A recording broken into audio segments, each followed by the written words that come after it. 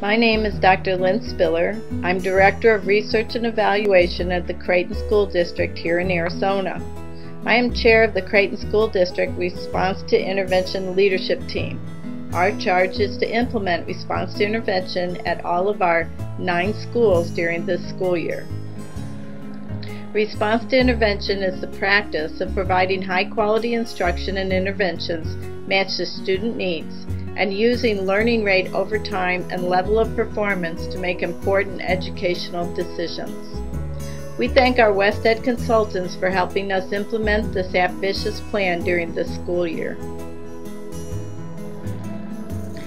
The core principles of RtI, what we believe, is that we can effectively teach all children if we intervene early, use a multi-tiered model of service delivery, use problem-solving logic to make data-driven decisions, use research-based, scientifically validated interventions and instructions to the extent available, monitor student progress to inform instruction, use data to make decisions, use assessments for 3 different purposes: screening, diagnosis, and progress monitoring.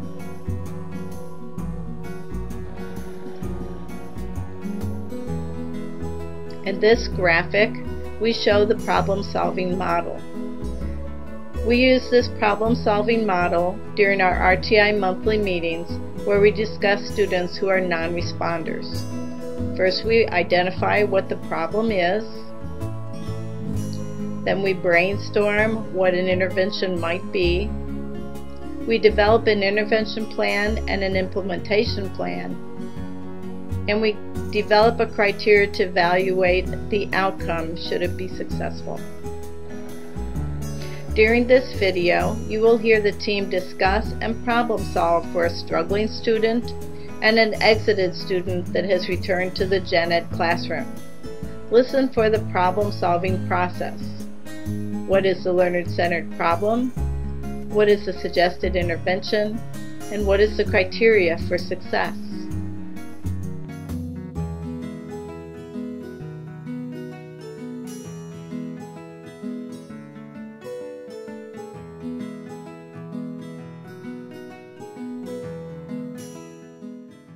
And he kind of took the same road that Steve did. He came down a little bit, but it's definitely moving up again. I am not really worried about him right now in reading. He's here every day, like we haven't seen him before. He's always had a lot of problems with absences and stuff. He's here every day. He works really hard. He's doing everything I want him to be doing in reading. So okay. Good. And do you see him in guided reading? Are you? I don't. Okay. I don't. I know he's pulled out for so much during the day. So is he ever in the class when you're doing Sometimes. Or is there somebody else also who would be kind of? You probably. I don't know if you have other kids in your class who would be at his level that he could have even a reading partner. No, but that's a really good idea for him because there is. I'm thinking Jonathan would be a really good reading partner. Okay. Because he's a little bit lower and needs and then the at extra least support if too. you don't have the time for like a full guided reading group, if they could do their partner reads or whatever they're doing, and you could pull them for that, that continued fluency piece. He is still, he does need to work on comprehension. Not all the kids would need to work on comprehension, but he is still working on decoding and fluency. Or even creating, like Gina suggested for Steve, maybe a baggie that had these shapes so that they did their partner read, they started working on the shapes, then you went and addressed them once you see their shapes of, okay, let's start here, tell me the beginning, middle, and end. And, that would be able to be a quick check-in, but it's still addressed. Could we, I have an idea. What if we put him, like, for example, when I'm taking Liam? Yeah, that's what I was saying. Like, if we combined classes with, because everyone has one really struggling student, they would make their if own you could make their own, and then you could rotate them. So you know, on Monday or day one or whatever, Kelly takes that group for 20 minutes, and they always go to her, and that's during anyone's It's a great idea, reading. because then they get it almost every day. Yeah. But yet I'm not necessarily working with them every day, and they get Yeah. their different teaching Or styles. either and- do it so you guys Weekly. trade days, or that's what I'm Or thinking. weekly might be It might good. be more fluid if it's like, okay, I'm gonna do this block of a week or Right. 2 weeks. You're gonna do this block and plan for them. The next week, this is where we left off, because I think it Yeah, I might like the be weekly hit or one miss if better. it's like every day Then they're bouncing. also, if we got those around. books, you could do the you know, one chapter book until you know, for the rest of the year. You can use any Yeah. strategies in there. You could work on fluency in there. So we just had one book for, really there's 4 to 5 who would Make a good. He's been tested, as far as I remember, with all the school testing that we've done. I remember giving him, I think I gave him a test in the beginning of the year for her class with reading. Way up there. Way He up there. has, I know He may have a that comprehension child one. has testing issues because when I was in charge of testing, I had to give him the quarterlies myself because he would not perform well in the class otherwise, and so that was an accommodation we made for him to pull Like out. testing anxiety, or like It was behavior? more, I feel it was more like won't do. Yeah. I can't do it. It was like, I'm not gonna do it. It's this test. I'm just gonna sit here. And so Josh had me pull him out a lot and test him. We would start him in the class, and then as we noticed he's not doing well, we would remove him and he would test with me. But I'm not sure if that's the issue you're seeing, if it's more of a I feel refusal like that to do is. He's a it, or capable I think that's kid. definitely part of it. I think he's very capable, but his scores, I mean, I looked at last quarters and I realized there was just a lot of change for them. you might want to talk. I don't And know. this quarter, it's just been, and mom has come to me very concerned about math especially, because it has really dropped off this You year. might want to, I don't know who had him last year in 5th, but you could definitely talk with Josh. I know there was a lot of frustration, a lot of parent meetings, a lot of extra support from people.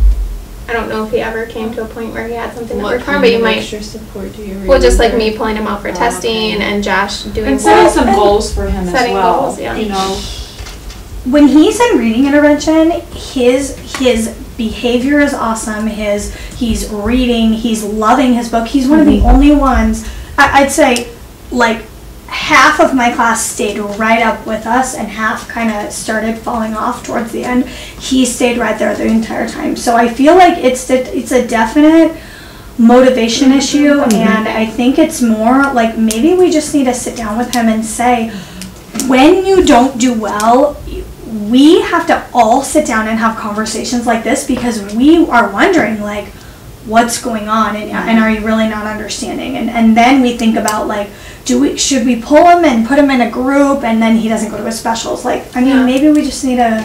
he's someone who needs the pep talk of, like we do with the older Yeah, kids. tough This is what you lose when we think you need extra Yeah, I think it's a help. motivation. I Which mean, is it's a a complete, I discussion think we're he's having completely about. capable. And also, I mean, I've never heard his name before. I Yeah. feel like I hear the same kids' names all the time when there's like more. Well, and that's why I remember with that, it wasn't really an academic issue. He was capable, and that's why Yeah. it didn't really go to the special ed side. It went more to me and his mom and trying. So now you have your materials to progress monitor. You'll have to make the copies as you need them. If you do not have enough copies, I'm happy to make them for you. Just let me know. The only thing you guys might not know is where to start. So Yeah. that would be whatever Lisa gave them last. If you can check in there, or she might have the blue folder now. But basically, like the last Model. progress monitoring, you know, it might have been 6-2 or something like that. So you know where to start with them, and That would be awesome information. And then what I would encourage is, because for comprehension in RTI we give the days or the Mays, but we're not going to train you and have you give that. It's a 3-minute test. But just when you give the oral reading fluency, we just want to make sure they're staying where they need to be, and then also just have them do a quick retell. You know, just so you can make sure that they're still being able to retell. And then if we're seeing issues arise again, we might revisit what we can do to support them. in Okay, addition. so just to summarize, we are progress monitoring all of our exited students. How often? Once a month. Once a month, and it's just the simple dibbles. You guys will give us the information on where to start them, and we need to progress monitor for fluency and retell. Yes, and then also the other thing that we will check in with you about is guided reading. How many times a week are you seeing them? And what are you focusing on? Are you noticing any big issues that we could help support you with? And by the next time we meet, hopefully we'll have a little bit of information on that kind of group that we're shuffling around. Yeah.